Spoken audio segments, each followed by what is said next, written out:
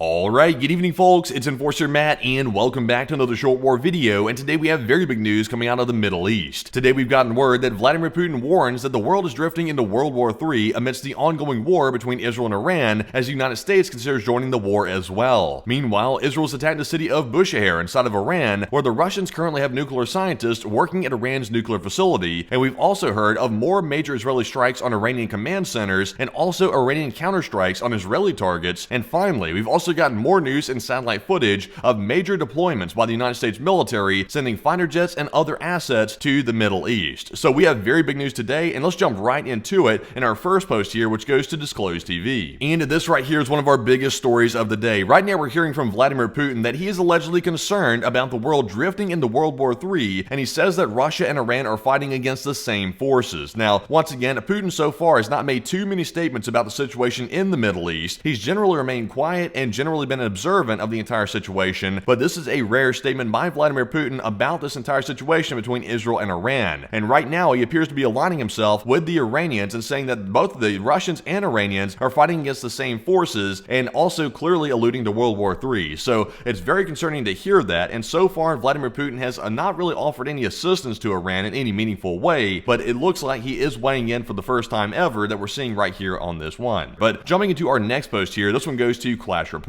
Meanwhile, we're also getting word from Vladimir Putin as well in the same press conference that he says that the Russians continue work at the Bushehr nuclear power plant, which is inside of Iran, and they're saying that they are not evacuating the Russian staff from that Iranian facility. So that's also another big statement as well. Right now, Bushehr is a very critical nuclear site for Iran's projects involving nukes, and Bushehr so far has not really been attacked by the Israelis, but we have heard of skirmishes around the area, and today we've also gotten more word that apparently there has been an attack this morning on that facility, or at least near to it. So right now we're hearing that Putin says he is not getting his staff out, and I assume that is intentional. He's trying to create basically a shield around that facility because he's putting the Israelis in a bad position, because if the Israelis attack it and the Russians get hurt, that could give Vladimir Putin the ability and the justification to go in and then get involved in the situation, and of course that would not be good whatsoever because the USA is considering getting involved in the war as well. But if Israel does not attack the Bushehr nuclear power plant, that could leave a very critical nuclear site on the table that has not been taken out, which could cause problems later for the Israelis. So it's a bit of a catch-22, and Putin is doing that on purpose to create some ambiguity here and also create some uncertainty in the Israelis about attacking that facility. But it looks like the uncertainty has kind of been cleared up just a little bit, because in our next post here, which also goes to Clash Report, we have heard reports this morning that air defense systems were activated in Iran's city of Bushehr, which is where the nuclear power plant is currently located, and that was just a couple hours ago. So it sounds like the Israelis are willing to attack it anyway, but we're not really sure exactly how comprehensive this attack was. Right now we're just hearing that air defense systems were activated in the Iranian city of Bushehr, and of course that is where that nuclear site is located, where the Russians are currently working. So we're not really sure exactly what it looks like. We're waiting on more video evidence to show us exactly what happened near Bushehr, but that is a very big story happening right this second that we are keeping an eye on as it does unfold. But jumping into our next post here, this one also goes to AZ Intel. And during the same press conference, Vladimir Putin also weighed in on several different issues as well. And remember, there is a story going around that the United States is allegedly considering using tactical nuclear weapons on Iran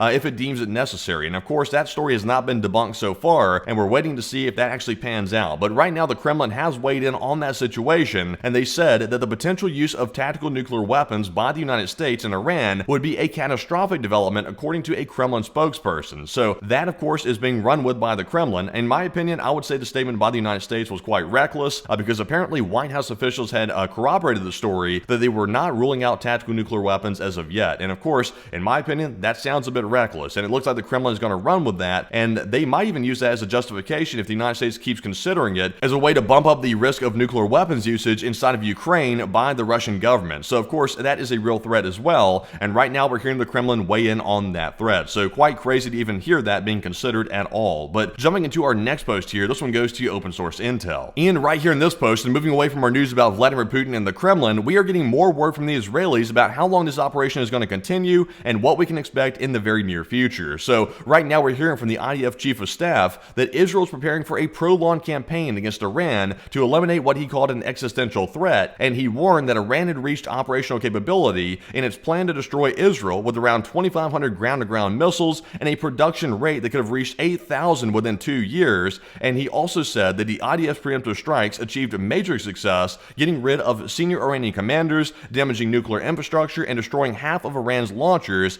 and also opening an aerial corridor to Tehran as well. And he also stressed the need to act now while conditions are still favorable, and he called on Israelis to brace for a long and complex campaign, noting that while major progress had been made, more challenges do lie ahead. So basically, to sum up that entire statement in a nutshell, what he is basically telling everybody, he's telling the Israeli public to get ready for a very long campaign against Iran, and this could drag out for more than just a few weeks. It could be actually months. So this appears to be turning into a much larger situation than previously thought, and I'm wondering why they're thinking it's going to last for months, because so far it looks like at the pace that Israel's attacking Iran, that it should only take a couple more weeks to really knock them out completely. But it appears to be that Israel thinks it's going to take longer than that, and that might suggest that the U.S. is going to join as well, and it could escalate from there. So that appears to be the current situation, and a major update from the IDF chief of staff inside of Israel. But with that, we're now jumping into our next news article here, and this one goes to Conflict Radar, and we've also gotten word that the IDF has struck the internal security headquarters of Iran inside of Tehran. And right here in these photos, you can actually see, here it is right here on camera. There is a command post right there you can see highlighted in red on the left, and there it is on the top map right here you can see as well. There are also multiple more command posts that you can see zoomed in on right here on the right, and all these command posts were struck by the Israelis using aero assets. So that is a very big win once again, and also there were even more command posts over here on the left that you can see in this image that were struck by the Israelis. So it looks like Iranian internal security is having a very bad day, as we do see here they have been struck as of this morning according to Israel security forces. So very interesting to see, and also another big win for the Israelis. But jumping into our next post here, this one goes to OSINT Defender. And right here in this post we can see that we do get an image of the strike earlier against a site of the IRGC in the Yusufabad neighborhood of Tehran, and right here in this image you can see there is the large plume of smoke coming up from the neighborhood, and also it looks like it struck right in the middle of a lot of different buildings here where allegedly the IRGC was operating from inside of Tehran. So you can see right there a very large strike by the Israelis and another big win for their military. But jumping into our next post here, this one goes to Visegrad 24. And moving on from our news about strikes inside of Tehran, we've also gotten more news about massive United States deployments of military equipment to the Middle East as they still prepare for potential involvement against Iran here coming up very soon. So we are hearing in this post, the United States sent 8 F-22 fighter jets from the United Kingdom to one of their bases in Jordan, and they were accompanied by a KC-135 and also KC-46 aerial refueling tankers, and these F-22s can destroy whatever they want over the skies, and there's nothing Tehran can do about it, at least according to Visegrad 24. So we do see an image here. There is the F-22s flying along with the tanker, and they are heading from the UK all the way to Jordan, and they are getting ready to potentially get involved in the war against Iran. So once again, another large deployment of air assets by the United States, and another sign of preparations to join the war. But jumping into our next post here, this one goes to Joe Truzman. And not only are we deploying a lot of aerial assets as well, we're also hearing that the USS Nimitz Carrier Strike Group is set to arrive in the Middle East this weekend after departing the South China Sea on Monday, and this will bring the total number of U.S. aircraft carriers in the region to 2 simultaneously. So that is another large deployment that's happening very soon, is the USS Nimitz will be there by this weekend, and so far some analysts are saying that maybe the U.S. might join the war on the weekend since of course the stock market is closed. So that might be a big move here, indicating that we might be ready by this weekend to join the war against Iran if the U.S. leadership decides to do that. So another big sign, and the USS Nimitz is right around the corner. But jumping into our next post, this one goes to Cairo X, and we have some more news and also satellite footage of major deployments by the U.S. Air Force inside of Europe right this second. And right here in the post we can see that the U.S. Air Force has built up at these bases inside of Europe ahead of a very likely airstrike on Iran, and these include the Ramstein Air Base in Germany, the Aviano Air Base in Italy, and the Chania Air Base in Greece. And these 3 hubs have seen a massive surge in U.S. Air Force activity in recent days, and also the Prince Sultan Air Base in Saudi Arabia has also seen heightened U.S. Air Force activity, with Al Udeid in Qatar seeing a withdrawal and repositioning of U.S. military assets to keep them safe from potential Iranian retaliation. And as we can see right here in our first image, here's the Aviano Air Base in Italy, and as you can see, there appears to be the arrival of a C-17 Globemaster and also at least 6 KC-135 Strato tankers, and that's a very big deployment to Aviano that we're seeing right here on the camera. And we can also see inside of Greece, there appears to be a KC-135 Strato tanker, apparently 5 C-130s, a C-17 Globemaster, and also a KC-46 Pegasus right here on the tarmac as well. And then we also got another image here showing more arrivals at another airbase inside of Europe. So once again, a very big deployment of assets that we are seeing here confirmed with satellite imagery, indicating that we are making final preparations preparations for the strikes inside of Iran. And I would say at this point, it's looking extremely likely that the U.S. will pull the trigger on these strikes and get involved in the war against Iran. So it appears to be extremely likely as of right now. But jumping into our next post here, this one goes to open source intel, and we've also got some more news as of a couple of hours ago of more attacks by Iran on Israel. And right now we are seeing here, this was a couple of hours ago by the way, there was an incoming missile attack for the entirety of Israel. There's pretty much red alerts all over the area. There was in Beersheba, also near Tel Aviv, Jerusalem, and Haifa, pretty much all over the entire country of Israel. So we did see that, and that was just a couple hours ago. But jumping into our next post here, we can see that apparently there were some confirmed impacts inside of Israel, because we did see a direct impact near the Ministry of Interior building in Haifa,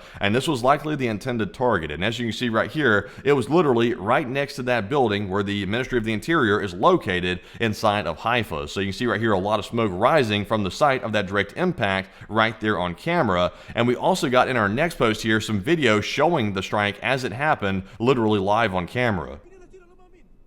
And as you can see right there, there's the smoke coming up from it. That was a very bad direct impact inside of Haifa, and once again, another Iranian missile that actually made it through the Iron Dome defense system and ended up striking right there next to the building. It looks like it did miss slightly. Thankfully, it missed. Otherwise, it would have hit right on the Interior Ministry building, which would have been quite bad, but it looks like it maybe hit in the street or right next to it in an adjacent building. But you could also see right there at the very last frame, I'm going to zoom forward to that real quick, you could see there apparently were some successful interceptions while this missile did get through. There was some other missiles here being shot down by the Iron Dome in the sky that we could see right here on the video. So of course there are always about one or two missiles that do make it through during these attacks on Israel, and it looks like unfortunately that one did make it through and hit inside of Haifa. So some very unfortunate news right there. But jumping into our next article here, this one goes to open source intel, and we've also heard of a new missile that was used during this attack by Iran on Israel. And we can see right here in the post that Iran fired its most advanced missile, the Karamshar, and it was apparently intercepted by Israeli air defenses. So even though this was one of their most advanced missiles, it apparently did not make it through, unlike some of the other ones. And as we can see right here in the image, this is how it looks. It's a bit of a yellow tip missile here, and it appears to be a larger missile. This is a medium range ballistic missile and one of their most advanced ones yet. And of course it is a actually newly developed missile that we'll learn in our next post here, which is actually the Wikipedia article about this specific model of missile. And as we can see right here, it was named after the city of Karamshar in Iran, and it is a MRBM, a medium-range ballistic missile. It has a range of about 1,000 to 2,000 kilometers and can carry up to an 1,800 kilogram warhead, according to the article here. But this missile has had a very storied development history, and apparently a very bad one. We did hear that it was reportedly test-fired on the 29th of January in 2017. It flew about 950 kilometers before exploding, so it was a failed test. And then it was tested again in August of 2020 with another reentry vehicle, and apparently that one was a success, at least according to what we heard. And this is the first known use of it that we saw today. So that is quite interesting to see. And of course, I would imagine they probably don't have a lot of these missiles, but it was used for the first time ever in the history of Iran as of today in an active combat scenario. So apparently it didn't work as intended. It was shot down. So boo-hoo for Iran. But with that, we're jumping into our next article here, and this one goes to Fitex Network, and we're hearing a little bit more from the senior Iranian officials about the future of negotiations with the West regarding the uranium enrichment process. And we can see right here in the post that senior Iranian officials tell Reuters that Iran is ready to discuss limits on uranium enrichment, but zero enrichment is undoubtedly rejected, especially now under Israel strikes, and Tehran awaits E3 proposals, says Europe's role is key as Iran avoids U.S. talks. So Iran is making a grave error here. They're saying that they're undoubtedly rejecting zero enrichment, and especially under Israeli strikes. So the Iranians once again are still not willing to negotiate, which is insane at this point because they're getting pummeled into the ground by Israel, but it looks like they are sticking to their guns and they are not leaving their